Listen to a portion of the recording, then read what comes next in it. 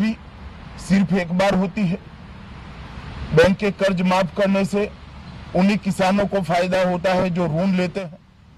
देश के करोड़ों किसान ऐसे हैं जो ऋण नहीं लेते। करीब करीब 50% किसान ऐसे हैं जो ऋण नहीं लेते हैं। उनको तक भी ये फायदा पहुंचेगा और ये फायदा हर साल पहुंचेगा।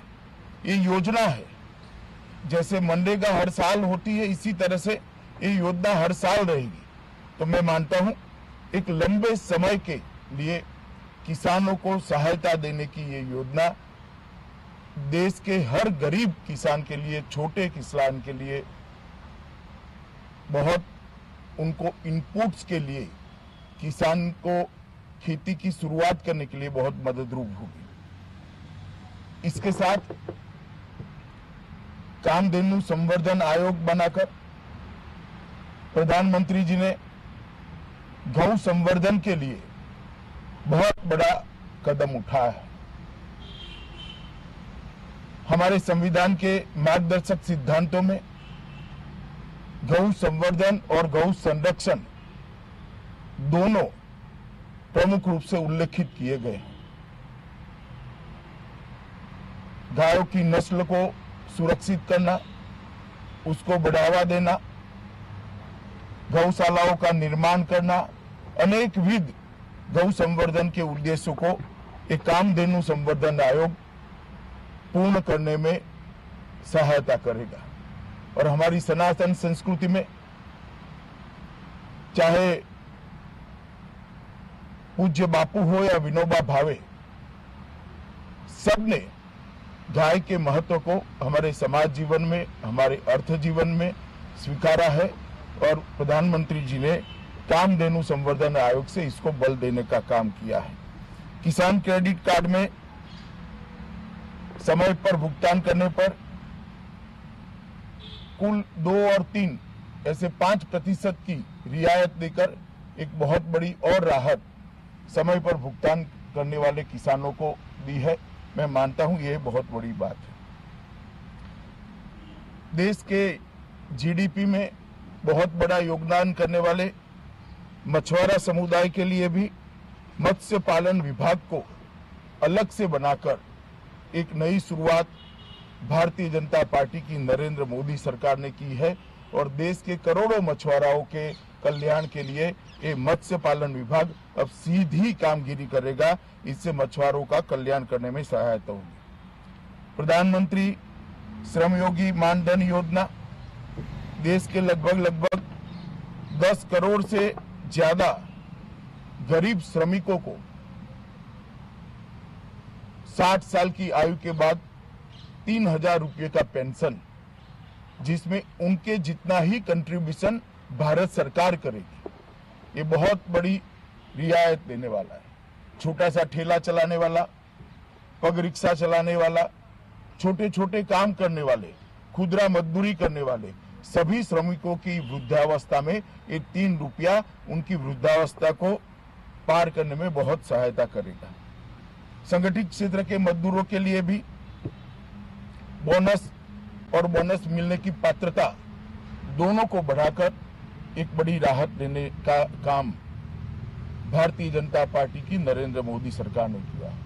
घुमंतु समुदाय के लिए भी एक आयोग बनाकर घुमंती जातियों के कल्याण के लिए अब सीधा काम करने का एक जरिया भारत सरकार ने इस बजट में शुरू किया है। मैं मानता हूं कि घुमंतु जातियों के लिए भी ये बहुत बड़ी बात है।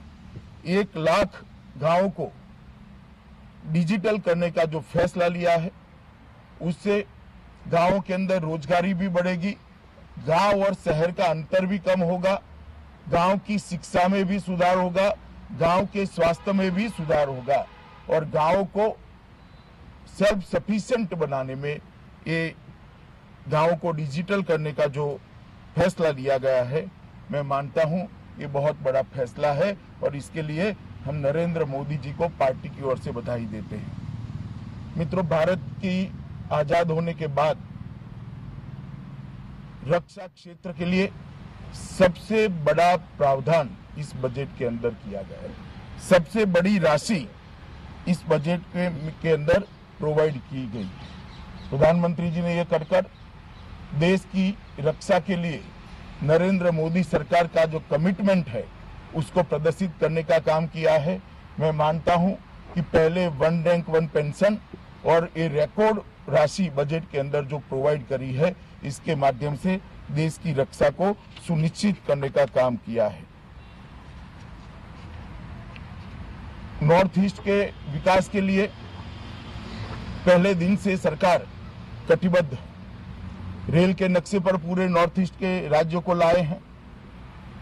एयरपोर्ट के नक्शे पर, हवाई नागरिक उड्डयन के नक्शे पर नॉर्थ ईस्ट के हर राज्य को लाने के बाद नॉर्थ ईस्ट के विकास के बजट में 21% की वृद्धि, ये आज तक की सबसे बड़ी बजटरी वृद्धि है। मैं मानता हूं कि नॉर्थ ईस्ट के विकास के प्रति कमिटमेंट को भारतीय जनता पार्टी की नरेंद्र मोदी सरकार ने एक बार फिर से प्रस्तावित कर सत्यापित किया है। उज्ज्वला योजना ने अब तक 6 करोड़ गरीब महिलाओं को, उनकी रसोई को, उनके घर को धुएं से मुक्त करने में एक बहुत बड़ी राहत दी और ये योजना को आगे बढ़ाकर 8 करोड़ तक का लक्ष्य रखकर देश के करीब करीब 80% से ज्यादा घरों के अंदर गैस का चूल्हा पहुंचाने का लक्ष्य नरेंद्र मोदी सरकार ने रखा है। मैं मानता हूं देश की गरीब महिलाओं के लिए ये बहुत फायदेमंद होगा। देश के मध्यम वर्ग के लिए ढेर सारी रियायत इस बजट के अंदर प्रधानमंत्री जी लेकर आए। सबसे पहले 2.5 लाख तक की आयकर की सीमा को सीधा डबल कर 5 लाख तक की सभी आय को आयकर से मुक्त करने का काम कर देश के मध्यम वर्ग को बहुत बड़ी राहत देने का काम किया है। और मैं मानता हूं मध्यम वर्ग जो प्रधानमंत्री जी से अपेक्षा करता था, उससे कुछ ज्यादा ही प्रधानमंत्री जी ने मध्यम वर्ग का समर्थन करने का काम किया है। और जो निवेश कर पाएंगे, निवेश करना चाहते हैं, ऐसे सभी करदाताओं को अब 6.5 लाख रुपए तक